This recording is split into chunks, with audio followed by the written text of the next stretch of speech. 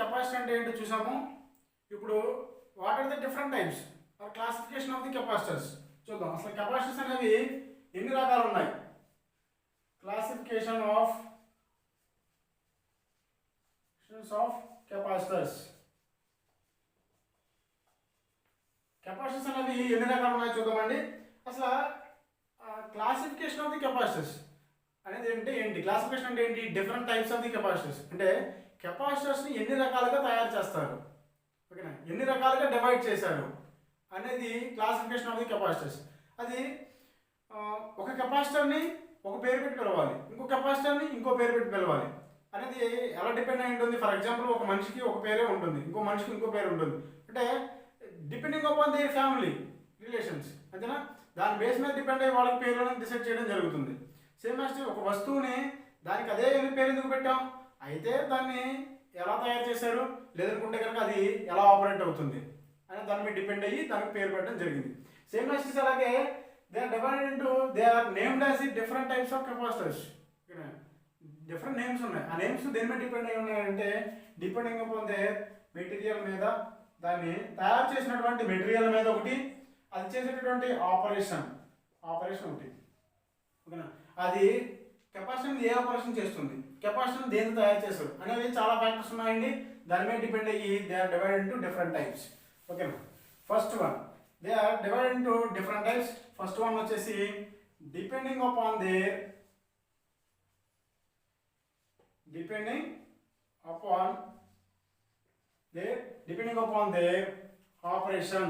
Operation మీద depend అయ్యి ఎన్ని రకాలుగా డివైడ్ చేశారు. ఇక్కడ ఆపరేషన్ వచ్చేసి అంటే ఏంటండి?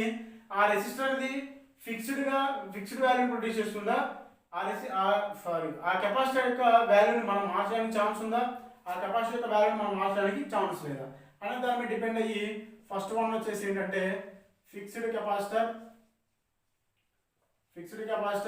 నెక్స్ట్ వన్ వచ్చేసి వేరియబుల్ కెపాసిటర్, ఓకేనా. డిపెండింగ్ అపాన్ ది ఆపరేషన్ మీద డిపెండ్ అయ్యి ఫస్ట్ వన్ ఫిక్స్డ్ కెపాసిటర్ని డిజైన్ చేశారండి. నెక్స్ట్ వన్ వేరియబుల్ కెపాసిటర్ని డిజైన్ చేయడం జరిగింది. ఏ కెపాసిటర్ వాల్యూని అయితే మనం మార్చడానికి అవకాశం లేదో దాన్ని ఫిక్స్డ్ కెపాసిటర్ అన్నాము.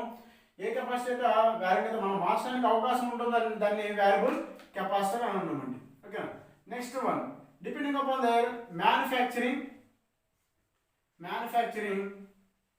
Dielectric material.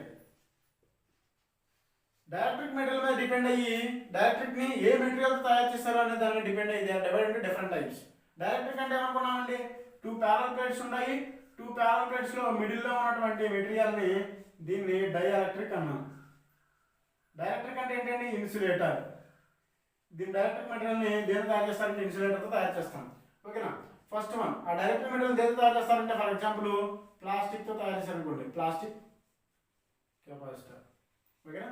Next one ceramic అనే మెటీరియల్ తయారు చేశారు. డైఎలక్ట్రిక్ మెటీరియల్ని సెరమిక్ అనే మెటీరియల్ తయారు చేస్తే సెరమిక్ కెపాసిటర్, ఓకేనా. మూడోది దాన్ని ఎలక్ట్రోలైట్ అనే మెటీరియల్ తయారు చేస్తే ఎలక్ట్రోలైటిక్ కెపాసిటర్, ఓకేనా. నెక్స్ట్ ఫోర్త్ వన్ దాన్ని గ్లాస్తో తయారు చేశారు అనుకోండి, దాన్ని glass capacitor, okay. Direct material గ్లాస్తో తయారు చేస్తే గ్లాస్ కెపాసిటర్. నెక్స్ట్ దాన్ని పేపర్తో తయారు చేస్తే పేపర్ కెపాసిటర్, ఓకేనా. పేపర్ తయారు చేస్తే పేపర్ కెపాసిటర్. నెక్స్ట్, ఓకేనా. సెరమిక్ తయారు చేస్తే సెరమిక్ కెపాసిటర్, పేపర్ తయారు చేస్తే పేపర్ కెపాసిటర్, గ్లాస్ తయారు చేస్తే గ్లాస్ కెపాసిటర్, ఓకేనా. నెక్స్ట్ ఇంకేమున్నాయి? ఇలా అవి తయారు చేసేటటువంటి మెటీరియల్ మీద డిపెండ్ అయ్యి they are divided into different types. For example polystyrene material తయారు చేస్తే పాలిస్టరీన్ కెపాసిటర్, ఓకేనా. ఇలా ప్లాస్టిక్తో తయారు చేస్తే ప్లాస్టిక్ కెపాసిటర్, సెరమిక్ అయితే సెరమిక్ కెపాసిటర్, ఎలక్ట్రోలైటిక్తో తయారు చేస్తే ఎలక్ట్రోలైటిక్ కెపాసిటర్, గ్లాస్తో తయారు చేస్తే గ్లాస్ కెపాసిటర్, అండ్ పేపర్తో తయారు చేస్తే పేపర్ కెపాసిటర్, పాలిస్టరీన్ మెటీరియల్ తయారు చేస్తే polystyrene capacitor. These are the divided into different types depending upon the dielectric material.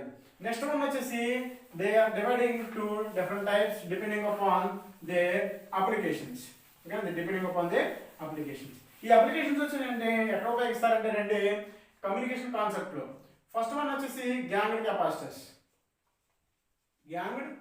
Capacitors, ఓకేనా. Ganged capacitors. రెండోది వచ్చేసి ఓకేనా, ఫస్ట్ వన్ వచ్చి గ్యాంగ్ కెపాసిటర్, నెక్స్ట్ వన్ వచ్చేసి trimmer or tuning capacitors. Tuning capacitors ఓకేనా. Gang and tuning capacitors ని ఎక్కడ ఉపయోగిస్తారంటే డిపెండింగ్ అపాన్ ది అప్లికేషన్ ఓకేనా, డిపెండింగ్ అపాన్ ది అప్లికేషన్ మీద డిపెండ్ అయ్యి they are divided into two types, gang capacitors and trimmer capacitors.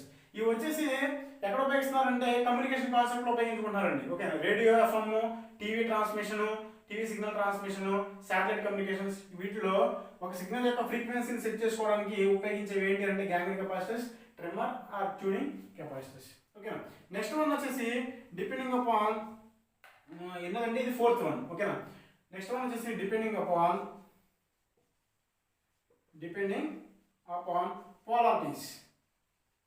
పోలారిటీస్ మీద depend అయ్యి, ఇక్కడ పోలారిటీస్ అంటే ఏంటండి ప్లస్ నెక్స్ట్ మైనస్, ప్లస్ మీద మైనస్ మీద డిపెండ్ అయ్యి they are divided into different types.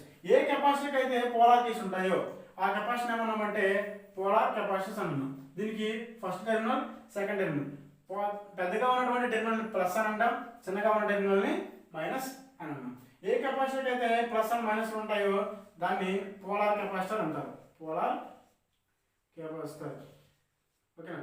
ఏ కెపాసిటీకి అయితే పోలారిటీస్ ఎటువంటి ప్లస్ మైనస్ ఉండవో దాన్ని ఏమన్నామంటే నాన్ పోలార్ కెపాసిటర్స్. పోలారిటీస్ ఉండే కెపాసిటర్స్ని పోలార్ కెపాసిటర్స్ అంటాము. పోలారిటీస్ లేని కెపాసిటర్ని నాన్ పోలార్ కెపాసిటర్స్ ఉంటాం.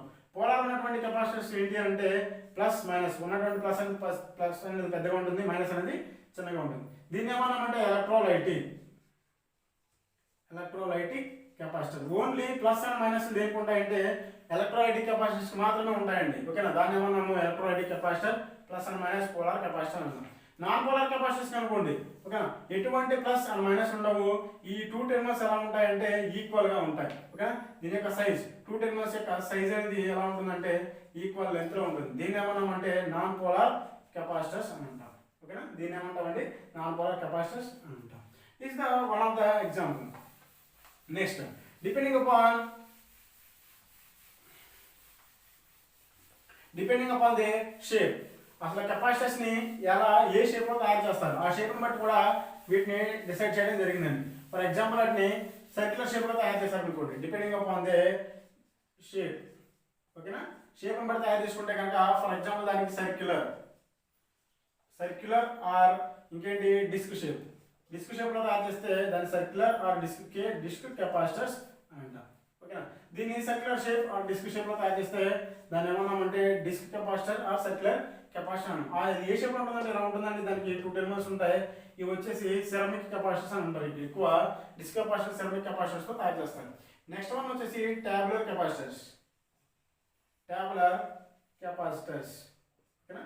ట్యాబులర్ కెపాసిటర్స్ అంటారండి, ఇవి వచ్చేసి ఒక ట్యాబులర్ ఫార్మాట్ లో ఉంటాయి, రెక్టాంగులర్ ఫార్మాట్ లో ఉంటాయా, స్క్వేర్ ఫార్మాట్ లో ఉంటాయి, మనకు సంబంధం లేదు ఓకేనా. రెక్టాంగులర్ ఫార్మాట్ లో ఉన్న, స్క్వేర్ ఫార్మాట్ లో ఉన్న దానికి టూ టెర్మినల్స్ ఉంటాయండి, one terminal and second terminal. దీన్ని టేబులర్ ఫార్మాట్ లో ఉంటుంది కాబట్టి దీన్ని ఏమన్నారంటే టేబులర్ కెపాసిటర్స్ అని అన్నారు ఓకేనా. స్క్వేర్ షేప్ లో ఉన్న, రెక్టాంగులర్ షేప్ లో ఉన్న కెపాసిటర్ ఏమన్నాము టేబులర్ కెపాసిటర్స్ అని అంటాం. దీనికి ఎన్ని టెర్మినల్స్ ఉంటాయండి, టూ టెర్మినల్స్ ఉంటాయి. మాక్సిమం ఎక్కడ చూస్తామంటే పాలిస్టరీన్ కెపాసిటర్స్ చూస్తాం, పాలిస్టరీన్ కెపాసిటర్స్ చూస్తామండి ఓకేనా. This the another one, this the fifth one. Next వచ్చి సిక్స్త్ వన్ వచ్చేసి ఏంటంటే depending upon the voltage levels మీద డిపెండ్ అయ్యి they are divided into different types. First one వచ్చేసి వోల్టేజ్ ఏమున్నాయండి, లో వోల్టేజ్ కెపాసిటర్స్, అంటే లో వోల్టేజ్ మాత్రమే తట్టుకునే కెపాసిటర్స్ ని లో వోల్టేజ్ కెపాసిటర్స్ అన్నారు. నెక్స్ట్ హై వోల్టేజ్ ని తట్టుకునే కెపాసిటర్స్ ని, హై వోల్టేజ్ దగ్గర ఆపరేట్ చేసేటువంటి కెపాసిటర్స్ ని హై వోల్టేజ్ కెపాసిటర్స్ అన్నారు. These are the different types of the capacitors. They are divided into different types depending upon their operation, depending upon their direct manufacturing material, and depending upon their application, and depending upon their voltage levels. Okay, na? These are the different types of the capacitors. Okay, thank you for watching.